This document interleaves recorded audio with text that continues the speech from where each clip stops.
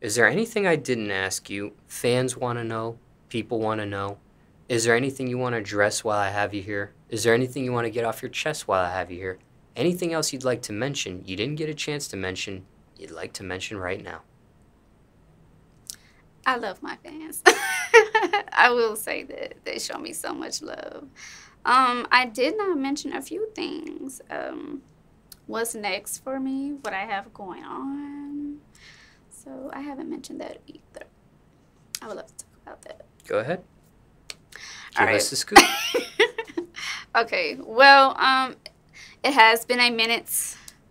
For my core fans, they know this was around the time that my mother passed away. Little backstory. So I took a break from social media. Came back. I am here. I just really want to thank each and every one of you for the support. I appreciate it more than you know. Thank you guys for rocking with me. Now I'm at a point where I am pivoting. Many of my viewers are familiar with me as far as being this attractive, short, you know, sexy woman. Thank you.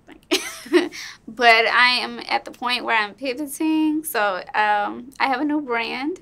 It's called Therapeutic Awakening. It's a luxury body care brand. So it's for my ladies first. Fellas, I have not forgotten about you guys. I have something special for you later. I have not launched just yet. The products are luxury bath soaks and nourishing body oils. Therapeutic Awakening is really for women who have demanding lifestyles that are seeking easier ways to de-stress, to pamper themselves, really prioritize self-care.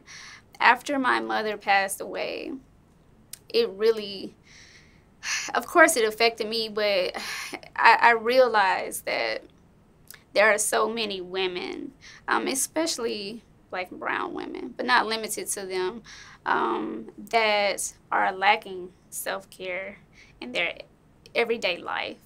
And I still feel like stress is very common these days. And sometimes I feel like it's often overlooked. So that's where Therapeutic Awakening comes in. So if you have a demanding lifestyle, you are seeking easier ways to de-stress, Therapeutic Awakening is for you. Like I said, we have not launched. Follow us on Instagram, Facebook, TikTok, and Pinterest. It's all the same, Therapeutic Awakening. And for our followers, our self-care besties is what I call them. Thank you for the constant support. The following, the support is constantly growing. Thank you for joining me on this journey as far as Therapeutic Awakening. I dedicated Therapeutic Awakening to my mother. So everything you see is very intentional, down to the colors, the products, the scents. It's all self-care, but it was dedicated to her. So stay on the lookout for that. I can't wait for you guys to enjoy that. What's your definition of self-care? Self-care, let's see, because it's very broad. So self-care basically is just the word itself, caring for yourself. And there are many ways of doing that. So self-care can be anything from your mental health, your physical health, spiritually. So it all depends. But as far as Therapeutic Awakening, it's mainly physical, but it's not limited to that. So when you feel good physically, everything else falls in line. So it's all about balance. So. And as we mentioned before in previous conversation, your mother passed away. Yes. In 2019 from stage 4 colon cancer. Yes. And for time reference, it's November 2021 now. Yes. All right. One thing, well, multiple things that I noticed about my mom outside of cancer. I honestly, just my opinion, feel like there were things that led to the cancer. I feel like when we do not take care of ourselves. Not just physically, it's beyond physical, which it still ties back into self-care. Um, Growing up, my mother, I used to watch her. She was a very, very strong woman, very hard working woman. Rarely complained, but many times she didn't just really express herself. And I just feel like when you hold in your emotions, it takes a toll on your body. When you don't take care of yourself mentally and physically, down to the food you eat, down to physical exercise, it will you will notice how it affects your body, and it's not healthy. Another thing that I noticed is my mom. She was a full-time mom, and of course she was with my dad. So there was very little time for herself, which goes back to self-care and prioritizing your self-care. Oftentimes she would place her needs on the back burner for everyone else, and she would place herself last. So again, it's all about self-care. Take care of yourself, people. You think finances could have had anything to do with this?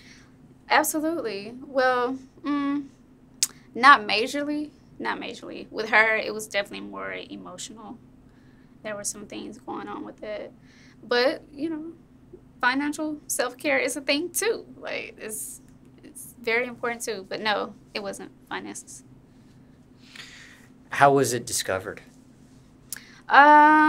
Well, she was complaining of certain things. She knew certain things was off, as far as her eating habits.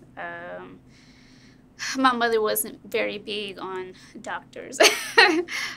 So she was always afraid of receiving bad news, and she just didn't want to go forward. But eventually, she had to. Like, she had to see what was going on. Of course, the doctors, they went in to see what was going on, and that's what it was. Do you think this could have been discovered earlier than stage 4? Yes, I do. And which is why I encourage self-care. But you don't ignore the signs, even when something is just a little slightly off. Nobody knows you better than you. But if you know something is off, pay attention. Like, don't ignore it. Seek some attention for it. Do you think this could have been prevented at all? Colon cancer for your mother? Yes. That's just my opinion, but everything I feel like happens for a reason. So. Does this run in your family at all? Not that I'm aware of, no.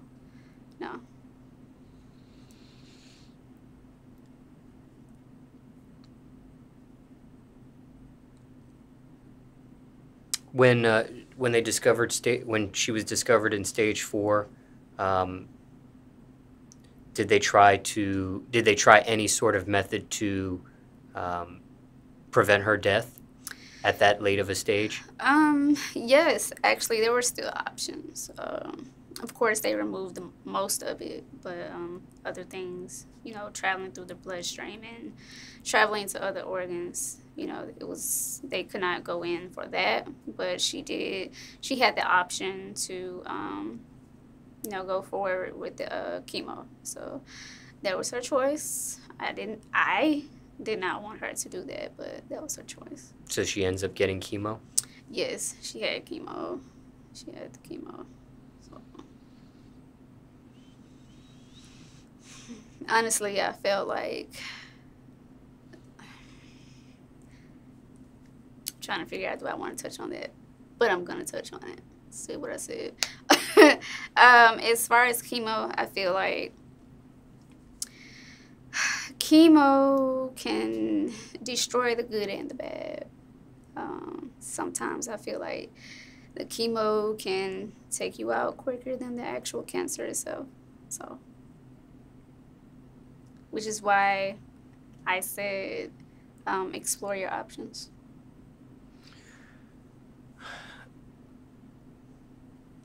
Now, um, when people have cancer, Mm-hmm. stage 4, I assume that there may be an estimate of life expectancy Mm-hmm. a doctor or a specialist may give. Did they give that? Uh, yes and no. I think there was miscommunication or a lack of communication. So, yeah. I asked that to ask, did she pass away later than expected, or did she fall short? They did not necessarily say, as far as I remember, how long she really had. And if they did say, it wasn't very clear because I don't remember. I really feel like that was something I would have remembered. Did you do the best you could as far as helping your mother Um, at the stage she was discovered of this cancer? Did you put your best foot forward, pitch in the best you could, maximize your effort? Take your time. yes, actually. My mother and I, we still are best friends, even though she's not here physically. But yes, I did go far and beyond. Um, there's paper towel there on the side if you need it. And if this interview is too much to go further with, No, it's I don't have to keep going with the questions. no, we can continue. Okay. But yes, I did go far and beyond.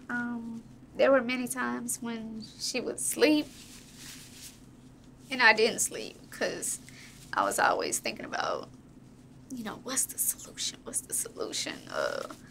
What can I do? What can I do? But some things are just out of your control.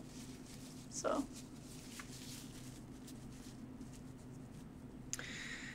Did you share this journey on social media at all of what you were going through as far as your mother while she was alive and then after she passes away, or you kept it private? For the most part, most of it I did keep private. For those who paid attention to my social media, they knew very, very little. It was a very personal situation for me. Sometimes I feel like you don't have to share every single thing on social media. It's okay to have a life, a private life. But because of her death and the significance of it, I'm at a point in my life where I feel like it's important to speak on the importance of self-care and what happened.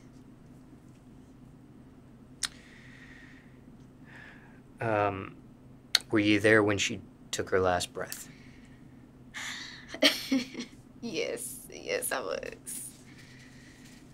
Yeah, it was very hard. Yeah. How'd you do it? There may be some people out there that can't. Till this day, I still don't know how I did it. But I'm just happy to be able to have that time with her. No words can explain. I really felt like I was granted extra time with her. That's just how I feel. So, and it kind of helped the situation knowing that I had that time, the extra time with her. Were you able to say what you wanted to say? Was she able to hear it? Yes and no. Her and I, we really did talk a lot. We talked a whole lot. And I cherish those moments every day. But I like to believe there were some things that, we didn't talk about. Actually, one of the last things we did talk about were my plans. But therapeutic awakening. It's funny how things came back full circle because originally I had other plans. It was still self-care, but it was a different brand, but the goal was still self-care. But because of COVID at the time, I had to reroute my plans due to COVID and the restrictions. So, yeah.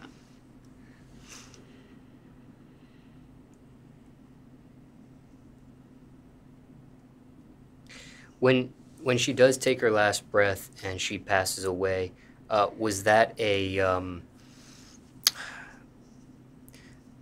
for lack of a better phrase, was that like a timed or scheduled thing? Did they know when it would be her last breath, or you were just so happened to catch it in her presence? Like, did they say she's got 24 hours left? Did they tell you these are her final hours? Was it something you knew of or the doctors knew of? No, no, absolutely not. No, no one said, "Oh, these are her final hours." No, it wasn't that. I don't feel like anyone knows when they're going to take their last breath. You know what I mean? So that's what that was. I just happened to be there. Were there others aside from you and her family there at the same time, or it was just... When she took her last breath, no. It was just her and I.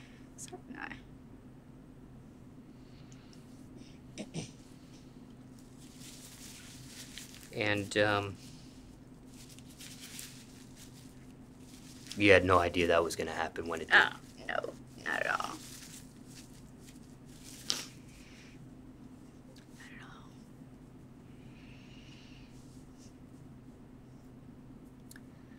I wasn't sure if she was going to make it, but definitely didn't know I was going to be her last breath.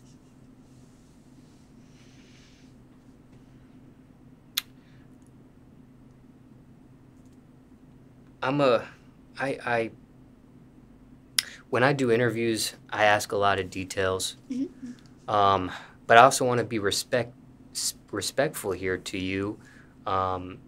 So, I do want to ask some more details, or I could just leave it where it's at. Okay. Whatever you're comfortable with. Let's go. Okay. When it comes to her last breath, is it like a scene from a movie, so to speak? Is it something like where you panic or get frantic or, run out the room and call for the doctor or the nursing staff and try to get some help to revive her or something of that nature? No, it wasn't like that.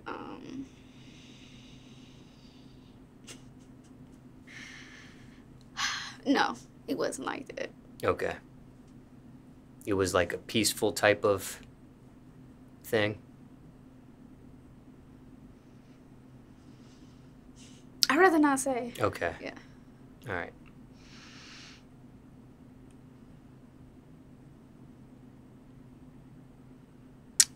When it came to the funeral, you attend her funeral? Yes, definitely. Was that your first funeral ever? No. Some people don't go to funerals. Some people stop going to funerals. What's your opinion on funerals? I mean, or what's your stance on funerals, I should say? I don't have any problems with it, depending on what's going on. There are some bizarre things going on out there, but I don't have a problem with it. Have you ever stopped going to funerals or missed a funeral on purpose? No. Because you didn't want to attend it for whatever reason? Not necessarily. Not necessarily. When it came to your mother's funeral, did you speak at it? Yes. And what was that like?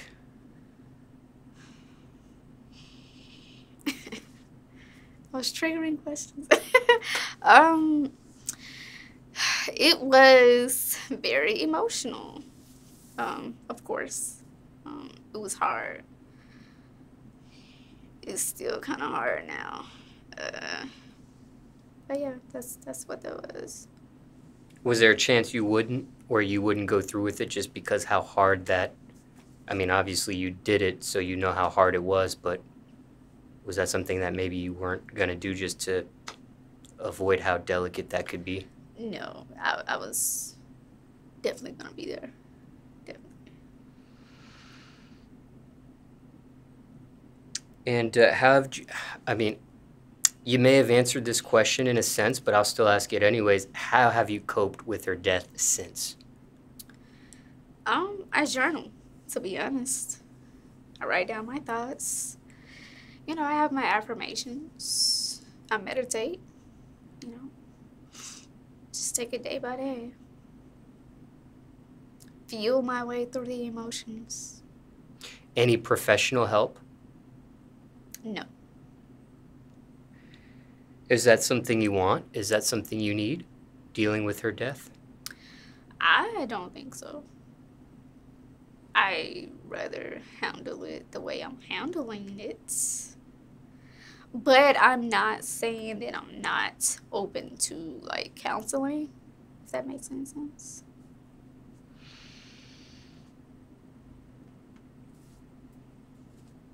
There's nothing wrong with counseling. I just want to say that. Because many people feel like, oh, I don't want to talk to anyone else about my issues. This person can't help me. This person may think I'm crazy. I don't need a counselor. Now, with these next set of questions, you may have answered this already, but I'll still ask anyways. If you feel like you've answered it already, you could skip it or add on to what you've already said. Okay. And if you feel like providing a new answer, or if you feel like providing an answer, period, of course, feel free to. But what did her death teach you? What did you learn from this, if anything? Wow, that's a good question. I learned a lot. Again, self-care. You're going to hear me say that a lot. Don't ignore, you know, what may not seem like a red flag, that may seem subtle, not enough to just really, really pay attention to. I know you mentioned earlier this doesn't run in your family, but the fact that she had colon cancer, does that worry you personally at all in regards to your body? No. Are you cautious with your health now since her passing? Well, I was cautious with my health before she was diagnosed. But I'm definitely cautious now. When a person passes away, sometimes a person surviving could feel cold, negative, maybe turn into a savage, so to speak. Others may become strong, positive, motivated. What did you feel since her passing?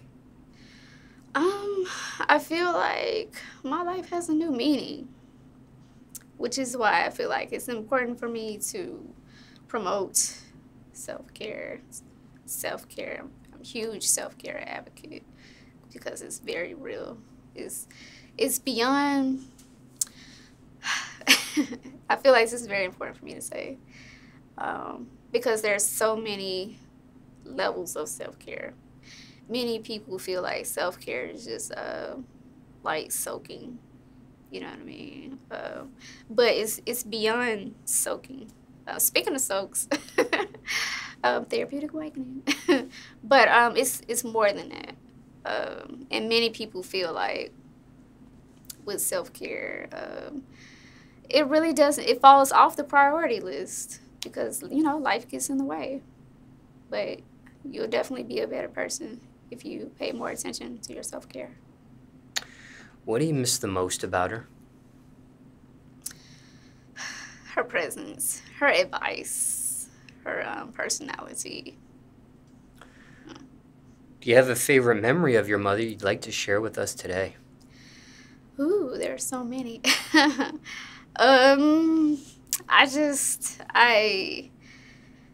My mother, Ooh, okay. One of the things that I miss the most, I never forget. She will always tell me to remain humble, never give up on my dreams, don't be so hard on myself. So yeah. What about favorite memory? Just random funny moments. Like her and I had that type of relationship. Like it was just unspoken language. We would look at each other and automatically laugh because we already knew what was going on. That was just our thing. Just laughter, happiness, laughter. In regards to your height, was she the same height as you? No, actually, I'm still the tiniest. But she's short. She's maybe like 5'2", 5'3". So she was short. Hypothetically speaking, what do you think she would think of your career now at this point? I honestly feel like she will be happy. You know, she sees the growth. Do you think she would be surprised with the whole therapeutic brand? No, I don't think she would be surprised because it was something that we discussed prior to her passing away. It's just that originally I was going to offer a service versus products. So because of COVID, it's products now.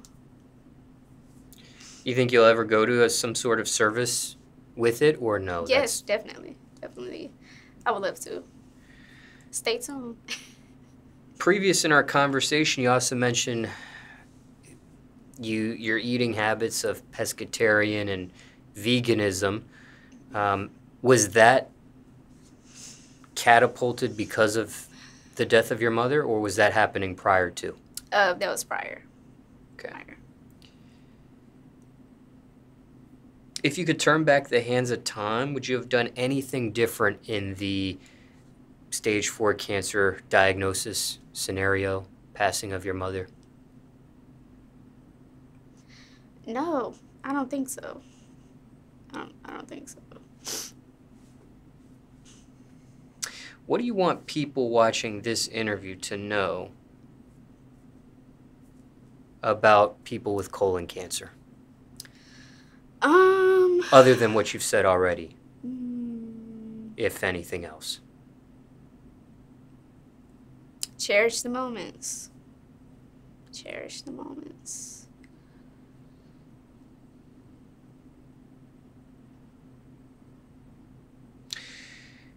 Now, circumstances could be different for everybody, but generally speaking, let's say someone's watching this interview right now and they've just been diagnosed with colon cancer.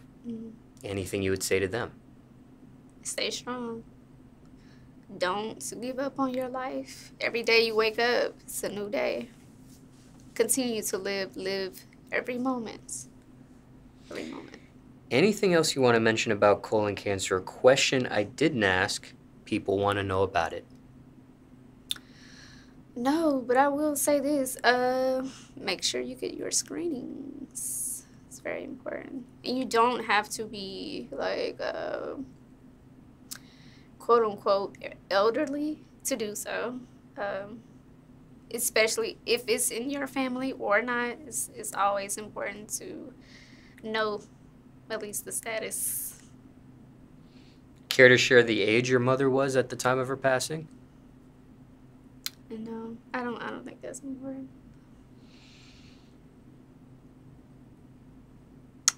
And since her death to colon cancer, what's your opinion on cancer now?